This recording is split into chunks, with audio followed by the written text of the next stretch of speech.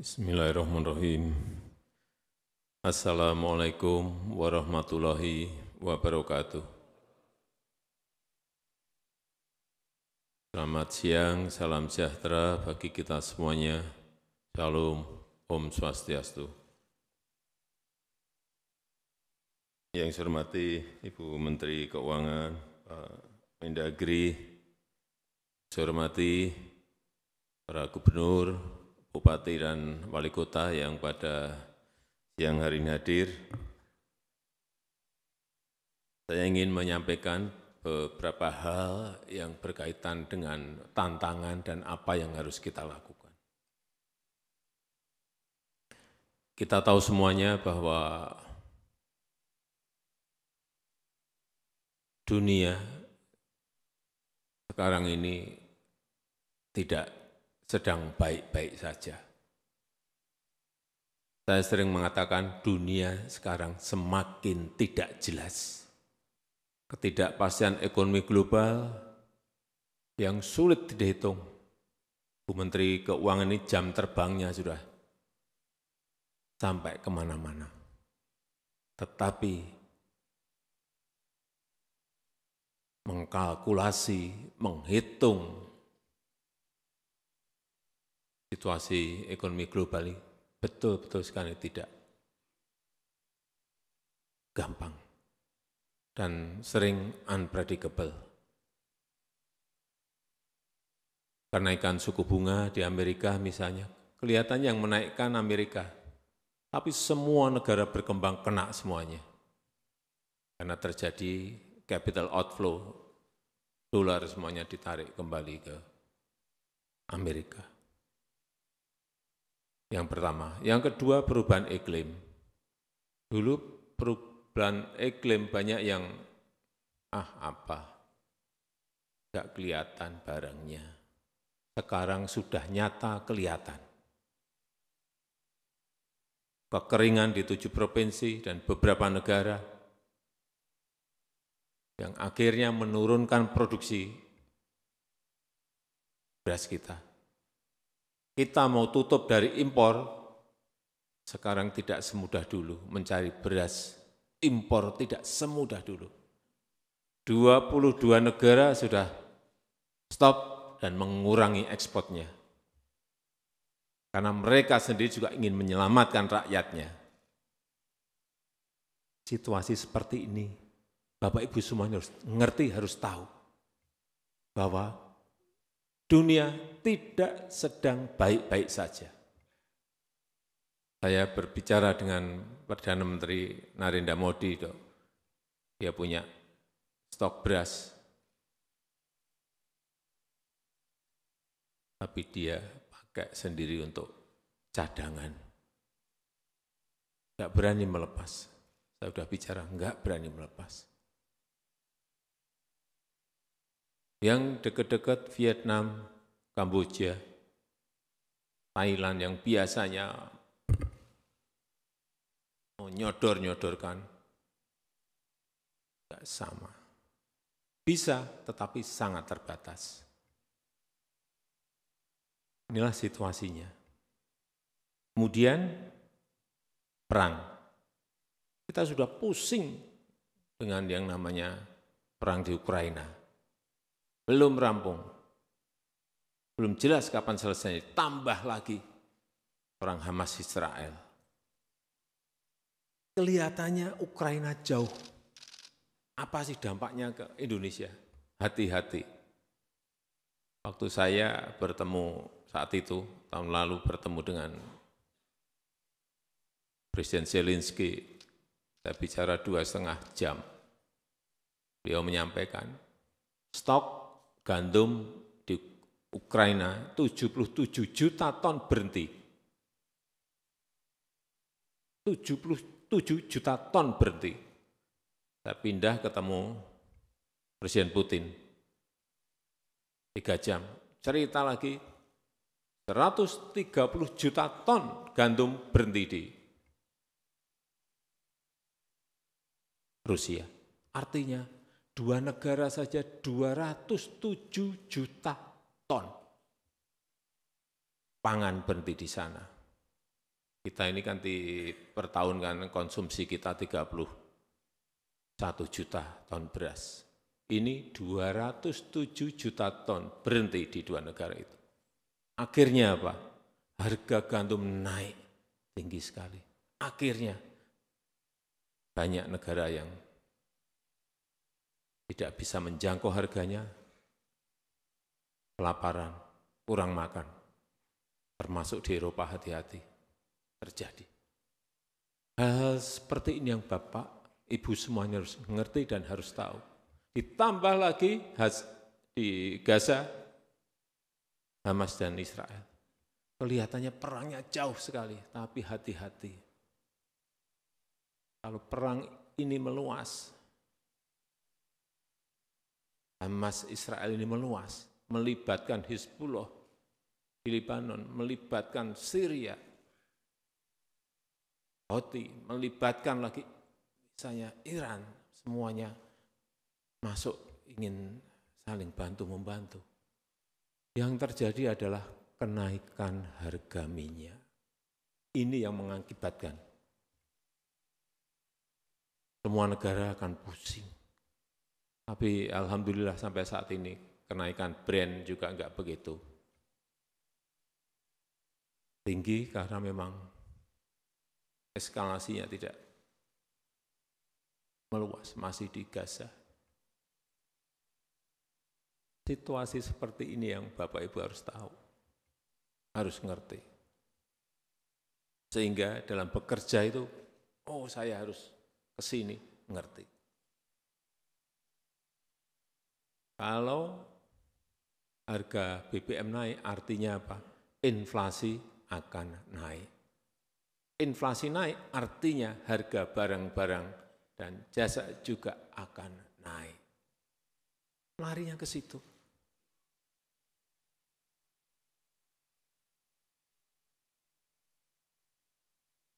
Kita sendiri 7 provinsi kena super El Nino, produksi turun. Inilah yang harus semuanya waspada dan tidak menganggap situasinya biasa-biasa saja. Hati-hati, saya cek terakhir, beras sudah naik 19,8% year to date. Kalau month to date, 2,5% naik.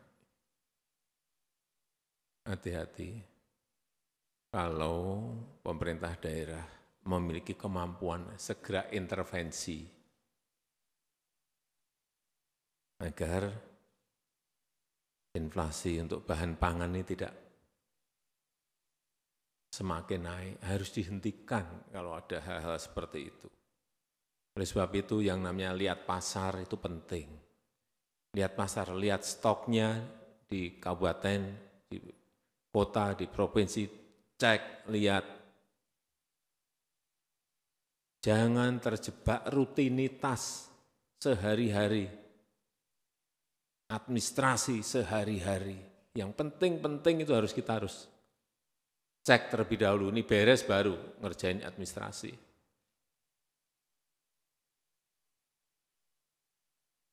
Memang di pasar ada yang naik, ada yang turun, tetapi urusan harga tolong betul-betul dikendalikan.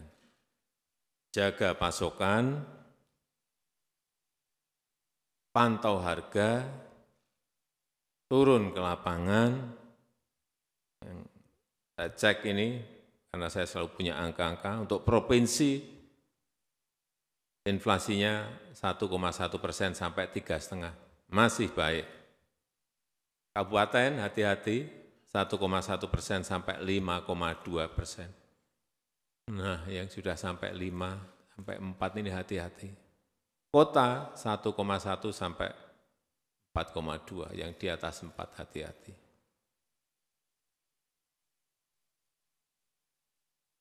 Karena sebetulnya anggaran tak terduga itu bisa dipakai untuk mengatasi inflasi.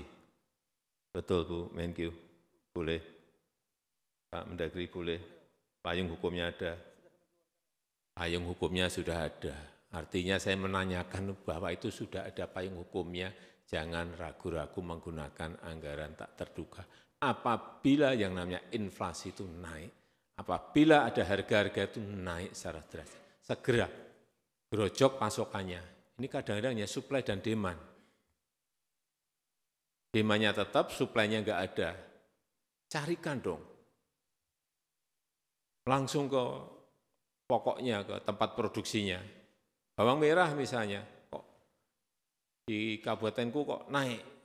Cari langsung ke Brebes. Misalnya. Beras kok naik, cari stok di kabupaten yang memiliki surplus beras. Sehingga beras menjadi terkendali. Dengan menggunakan anggaran tak terduga. Yang di-cover apanya? Biaya transportasinya. Biaya transportasi tanggung oleh Pemda. Dah. Biar harganya sama dengan harga diproduksi.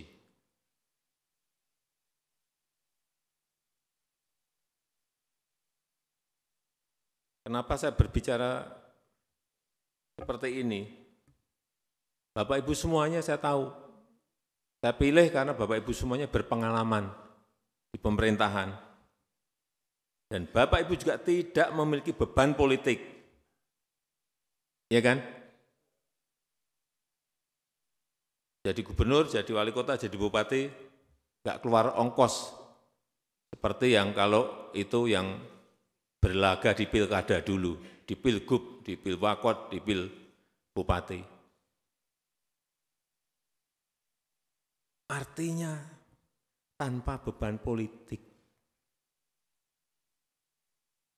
Oleh sebab itu, saya berharap pertimbangan teknokratik dalam membuat policy itu lebih enak harusnya.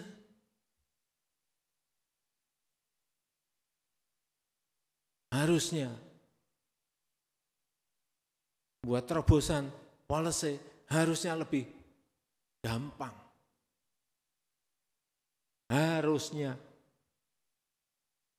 Bapak Ibu bisa menentukan prioritasnya di sebelah mana. Kerja itu prioritas harus jelas dong. Dengan rutinitas saja. Orientasinya orientasi hasil. Prosedur itu mengikuti, tapi orientasi hasil. Dan lakukan terobosan-terobosan. Kerja fokus saja udah urusan yang penting itu harus. Tumbuhan ekonomi, inflasi, itu hal-hal penting yang pokok yang harus kita. Oleh sebab itu sekali lagi, yang pertama, saya ulang lagi, kendalikan inflasi. Jaga stabilitas harga barang-barang kebutuhan pokok utamanya. Pantau harga real di pasar, turun ke lapangan. Jika ada masalah, lakukan intervensi, seperti tadi saya sampaikan, subsidi angkutan, bisa dilakukan. Yang kedua, urusan dampak super El Nino bagi penurunan produksi komoditas utamanya bahan pokok di daerah Bapak Ibu semuanya. Betul-betul harus dilihat. Meskipun ini sudah mulai hujan, tetap saya perlu sampaikan waspadai potensi kebakaran. Masih kecil segera selesaikan. Kalau kira-kira diperkirakan tidak mampu menyelesaikan, segera sampaikan ke BNPB pusat. Hati-hati mengenai ini. Yang ketiga, yang namanya pertumbuhan ekonomi itu sangat dipengaruhi oleh yang namanya investasi, yang namanya iklim investasi. Bantu investor, utamanya dalam pelayanan perizinan. Jangan sampai urusan izin sampai berbulan-bulan. Izin itu supaya Bapak Ibu tahu, di Uni Emirat Arab, nggak ada 30 menit jadi. Selesai. Tidak ada 30 menit sudah selesai, sudah jadi. Dan itu saya alami. Itu sudah 23 tahun. Saya investasi di sana, saya datang ke kantor perekonomian, datang menyerahkan syarat, Bapak pergi ke gedung sebelah, ke notariat, saya ke sana, tanda tangan. Di sana suruh balik lagi, Bapak balik lagi ke meja yang tadi Bapak datang, saya datang, izin sudah diberikan. Saya bisa bangun pabrik, membuat kantor, membangun showroom, semuanya bisa, membangun gudang, semuanya bisa. Tidak ada 30 menit. Gimana kita mau bersaing kalau izin masih berbulan-bulan? Meja ini, meja ini, meja ini, meja ini, meja ini. Seperti itu yang Bapak Gubernur, Bapak Ibu Gubernur, Bapak Ibu Bupati, Wali Kota selesaikan. Karena investasi itu rebutan, semua negara sekarang ini rebutan. Dalam rangka apa? Pertumbuhan ekonomi negaranya. Rebutan, nah, sudah masuk ke sini kok malah kita buat ruwet. Kita yang membuat mereka bisa balik badan.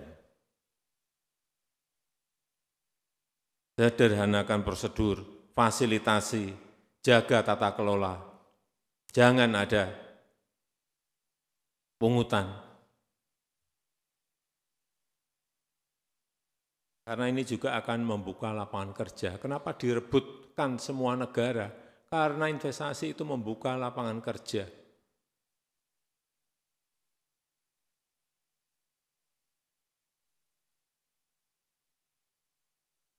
Yang keempat, alokasikan untuk stimulus ekonomi dan bantuan sosial.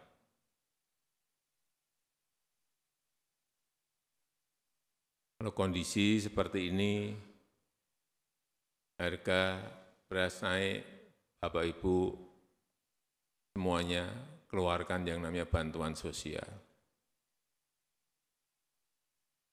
Pasar murah. Seperti sekarang dilakukan oleh pemerintah pusat. Kalau ini pemerintah pusat memberikan bantuan 10 kilo beras per bulan.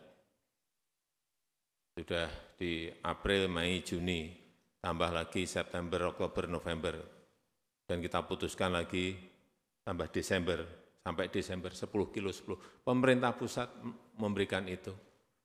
Pemerintah provinsi memberikan, mampunya berapa? 5 kilo, 5 kilo. Pemerintah kabupaten kota memberikan 5 kilo. Rampung. Kalau bareng-bareng seperti itu. Rakyat itu adem.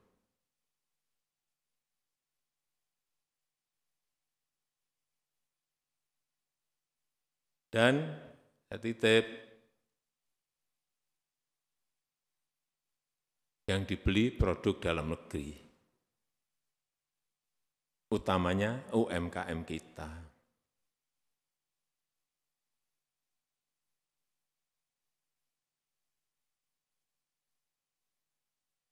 Yang kelima, dukung program prioritas pemerintah. Penurunan kemiskinan ekstrim, pemberantasan stunting, hilirisasi industri, berikan dukungan penuh pada program-program ini.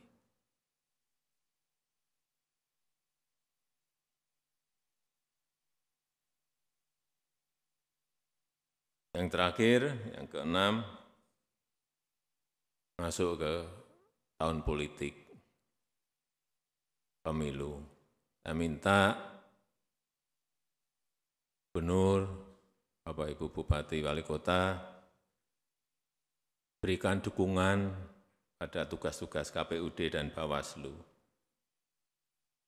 Tapi tidak mengintervensi apapun, membantu. anggaran segera disegerakan. Dan juga saya minta jangan sampai memihak. Itu dilihat loh, hati-hati. Bapak Ibu dilihat. Mudah sekali kelihatan Bapak Ibu memihak atau enggak. Krik, udah. Dan juga pastikan ASN itu netral.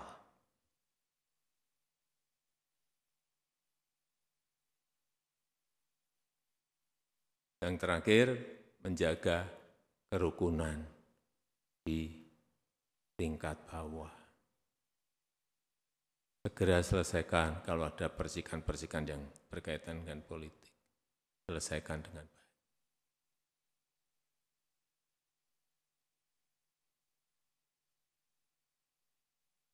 Saya akan terus mengikuti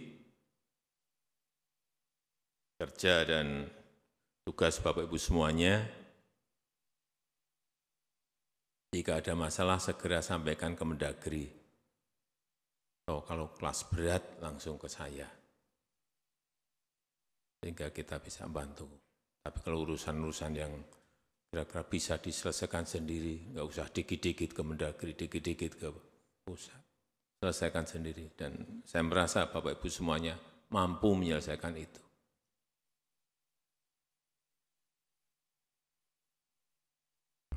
Pak Gubernur, Bupati, dan Wali Kota ini dievaluasi berapa bulan sekali sih evaluasinya? Bapak Ibu semuanya dievaluasikan setiap 3 bulan. Yang evaluasi Mendagri, tapi saya evaluasi saya harian. Begitu, jangan tepuk tangan, saya evaluasi harian itu hati-hati loh. Begitu Bapak, Ibu semuanya miring-miring, saya ganti setiap hari bisa. Itu hak prerogatif yang saya miliki. Tadi yang saya sampaikan tolong. Saya enggak minta banyak-banyak, tolong diikuti. Saya rasa itu yang ingin saya sampaikan dalam kesempatan yang ini. Terima kasih. Wassalamualaikum warahmatullahi wabarakatuh.